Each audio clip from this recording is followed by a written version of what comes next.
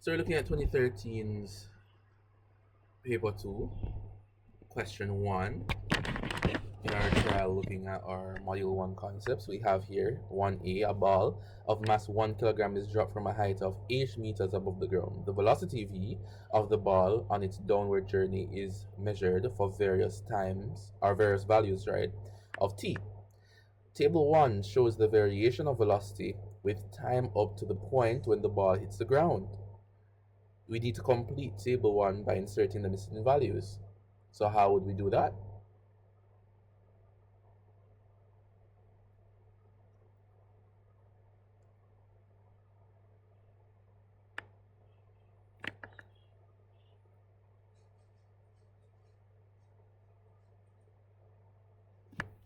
Okay, I need to hear what you guys have to say.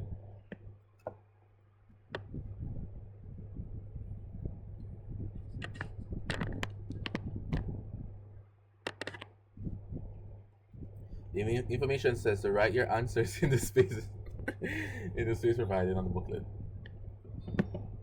Alrighty. Oh, the answer here.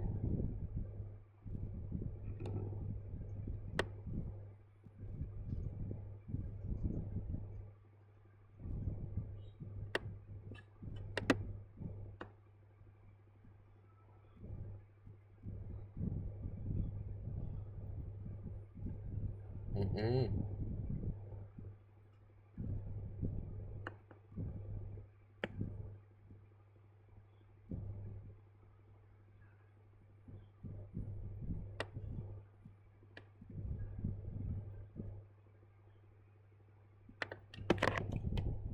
What would you suggest the answer is? I can buy a head earlier too.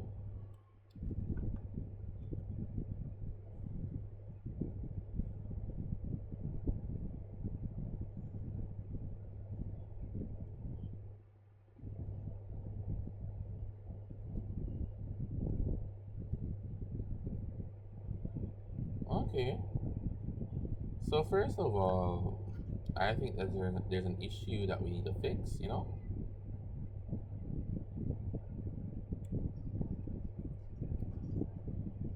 So we need to realize something, and we need to realize it quick. We have a time, we have a velocity, we also have an initial velocity, and we have an acceleration. So we should be able to get the answer. What's happening here?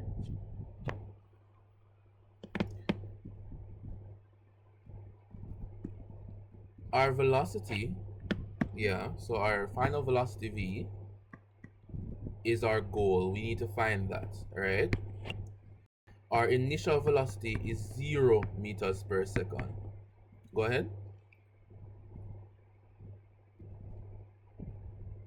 All right.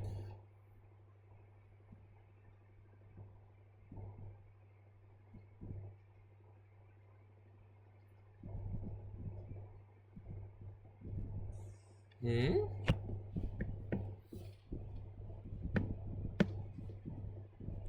MV minus.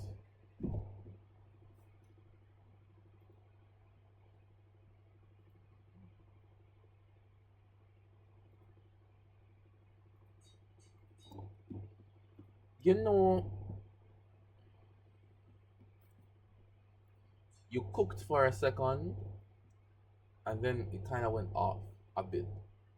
We don't need that. We don't need any of that. You guys are overthinking the question. We're saying that the ball has a mass of 1 kilogram, right? So one times anything is just, one.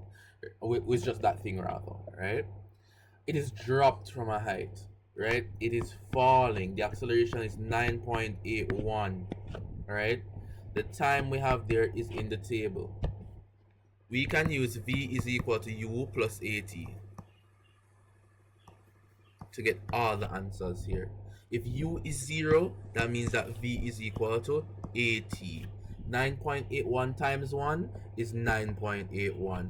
9.81 times 2 is 19.61. 9.81 times 3 is 29.41, right? So we could do that. Or if we just not round them up, we could keep this as 0. Right? 39.20 would be the answer for this. You guys realize that?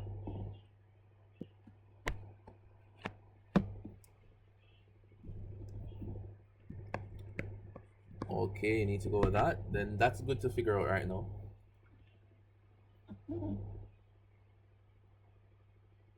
Hmm. But from reading the question, we say a ball is dropped from a height above the ground. That means the only acceleration we have is gravity. Acceleration due to gravity, rather. Right? It was dropped from a height above the ground. That means that its initial velocity was 0. Right? And the t is in the table. So we can use any equation there that could simply give us the answer. Which the answer is a t for all of them. Right? So complete the table, that's 1 mark. On the grid, we must plot a graph of velocity v against time t. Alrighty? So we should be able to do that. Let's go. And let's do what I call trying a thing. Alright, and see what happens. Alright, let me just take my phone and take a picture of the table real quick. Alright, and then we can work on the graph without scrolling back up. Alrighty. So first things first. First things first. Right? For a graph of our choosing, we know that we need to have proper axes, right? So I need to have axes. Note that this is a computer, so I can't draw the axes perfect the way that you want me to draw them. Right? On the x-axis, what would go on the x-axis? Time normally goes on the x-axis, times in seconds, and then because this is a velocity time graph, remember? And so the velocity will come on this side, which is meters per second. Alrighty, and we have the origin here. We could use a simple scale for 1 centimeter, or for 4 centimeters is 1 unit on this scale. Alright, based on what we have, we could create a scale simply like this: 2, 3. This would be 4. Alright, and then we can go by 2 on this side by intervals of 2 as well. So 4, 8, this would be what? 12, 16, 20, 12, 16, 20, then would be what? 24, 28, and then we'd have, after 28 comes what? 32, right? 32, and then we have what? 36 and 40. This graph should make sense. Alrighty, so we have a graph like that, and that would give us a lovely set of values here. First, for our first value, the answer is 9.8. Right? So we can simply just drop the value here ish. Right? Our next value is 19.6. So that would be just under the 20, right? 19.6 would be just under the 20 right there. Right? Then we have 29.40, which would be just under 29 at the third value. Just under 29, which would be like somewhere here. And then we had the final value up here at 4, which is going to be 39.20, which is just under that, right? And we should end up with a line of best fit, right? Obviously that line looks terrible and egregious because I can't use a ruler on this platform. Technically I can use a ruler on this platform. Now give me a second, let me just try to use a ruler on the platform. Oh my gosh, my ruler is working. Alrighty, so I have a line of best fit there. Is everybody okay now?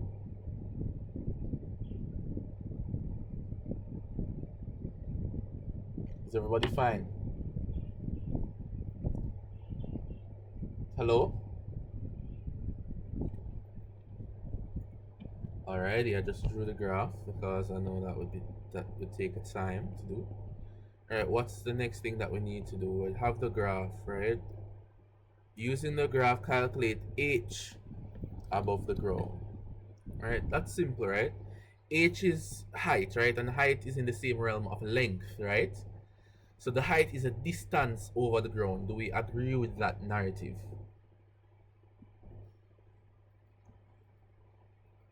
Lovely. And we can also note another thing. Distance traveled is the area under the curve of a velocity time graph. We remember that, right?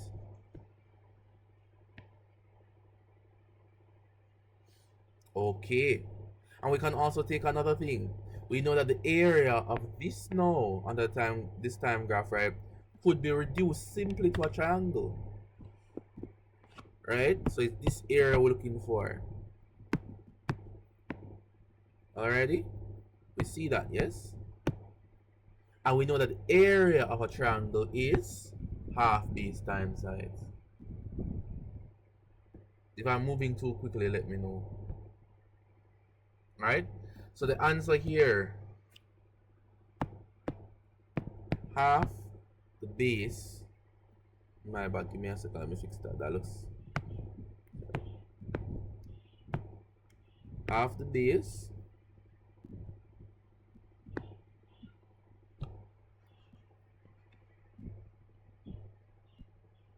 hold on for a second.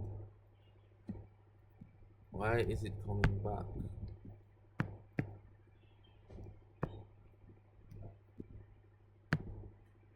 Okay, so I don't know why that keeps coming back. It is half the base times the height, right? The base, right, we have here is actually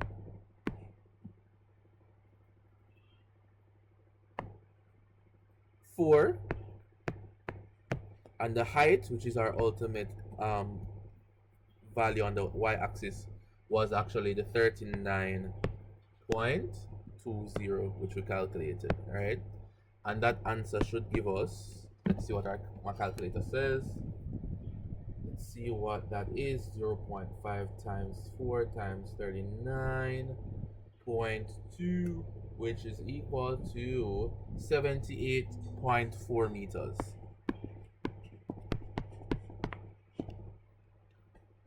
Done.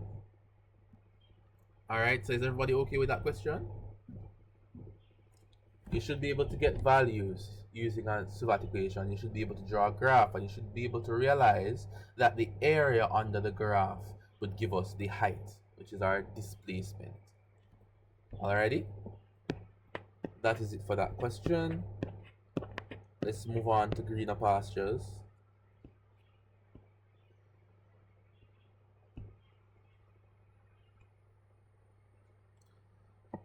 Is everyone good so far?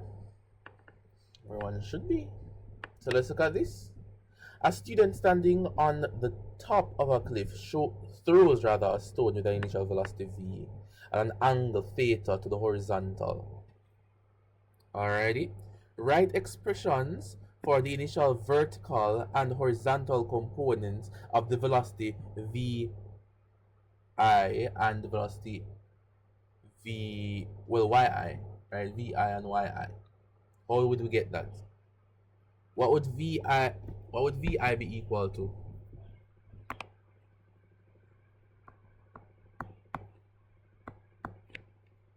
What's vi equal to, guys? Let's go.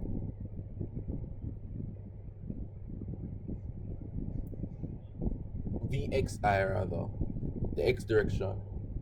Remember, we can form a triangle and use trigonometry. Go ahead, Anushka.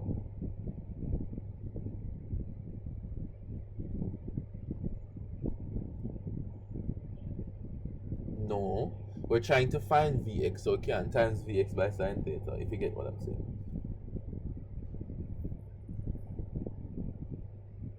Okay.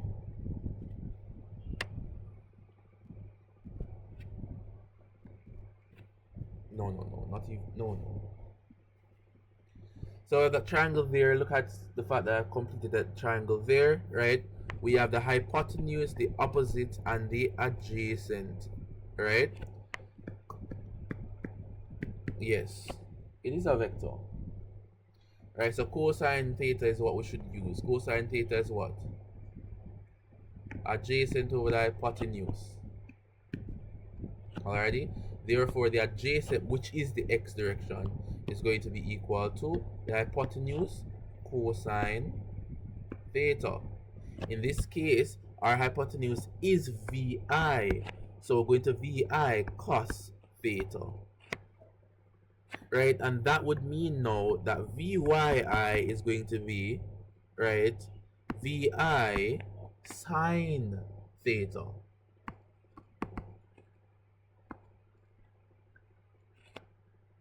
Resolving vectors.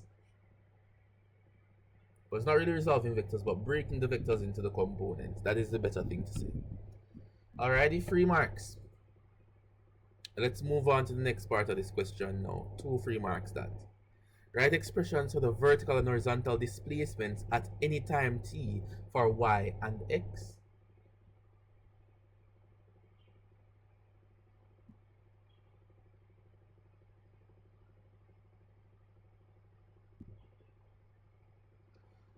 At any time t, what will we use here?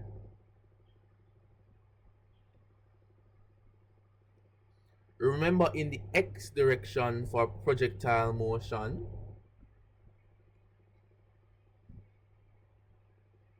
let's not even do that yet. Let's not do that yet.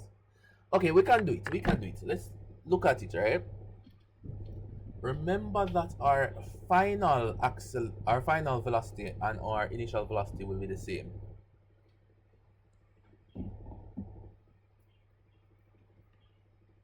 We'll look at that. We have to write expressions now. We have our initial velocity, right? Note that we have our initial velocity, which is our cos theta and our sine theta that we have, right? For our x direction, note that there's no acceleration occurring there. Acceleration is 0, therefore the velocity is constant, right? For x, right? Let's go now. For the x direction now, v is equal to u plus at. Can we use that?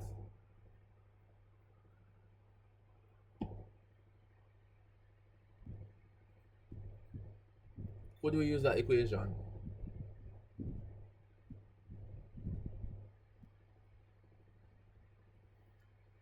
Not that I think so.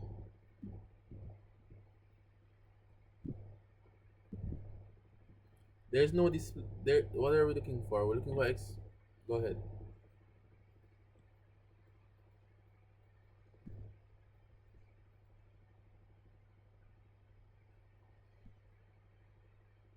Mm-hmm.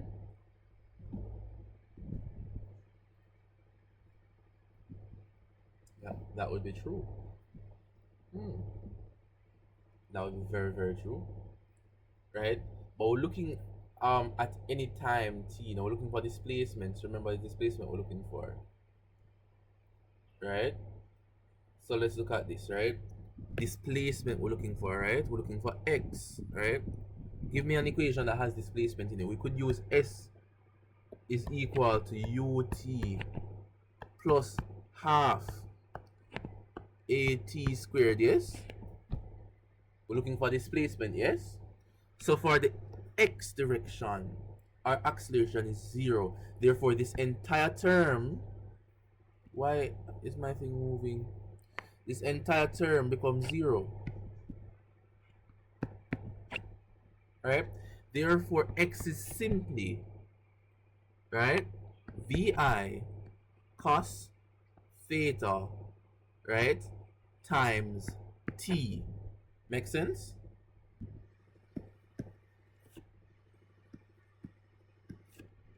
For the y direction, no. However, acceleration is what in the y direction?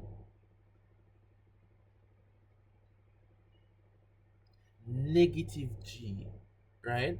So using the same equation now, we'll end up with y being equal to vi sine theta, because this is now the y direction, yes? Sine theta t minus a half gt squared. We know where the minus come from, right? Because acceleration is negative, that positive a half will become negative a half once you multiply them. Make sense? Lovely. Question is done. Question is finished. Right? Or this part of the question rather. We're moving on to the next part of this question now. We must now show that the path traced out by stone is parabolic.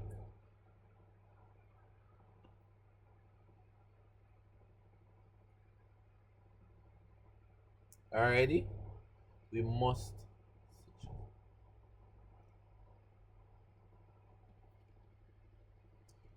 Alright, we can do that. Okay, so we can prove this right here. Alright, so we have two equations here, right? We have equation 1 and equation 2. Let's use them as simultaneous equations. Two equations, alright?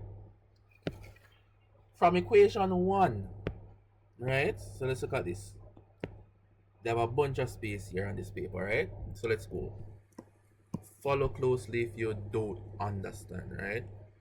But from equation 1, equation 1 is what? X is equal to what? Vi, right? Cos theta times t, yes? From that, we can actually find t. T is going to be equal to what now? X divided by Vi cos theta, right?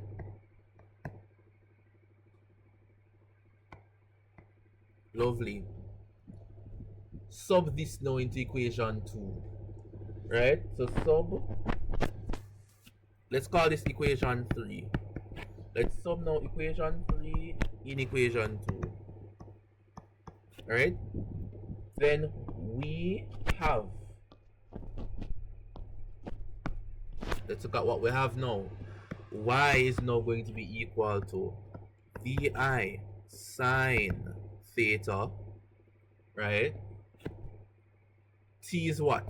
X over Vi cos theta, right? Minus a half G times T squared. T is X. Remember, we're substituting T is equal to that. Vi cos theta squared, right? Now let's look at this now. Following. Make sure that this makes sense. So we can call this now that Vi sine theta, right? Divided by Vi cos theta X, right? Following, guys? So we have this first, right? Then we're going to minus now. What is going to be minus now?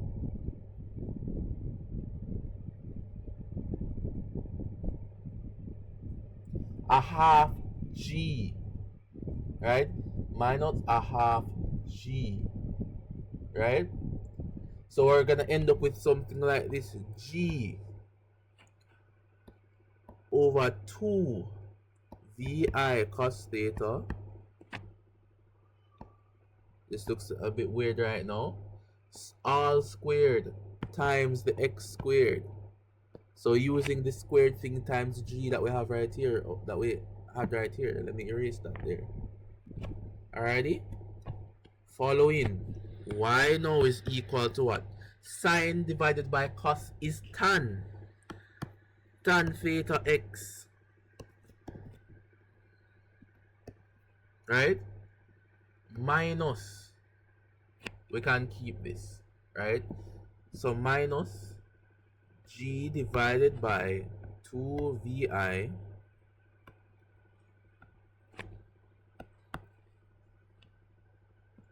cos theta squared times x squared.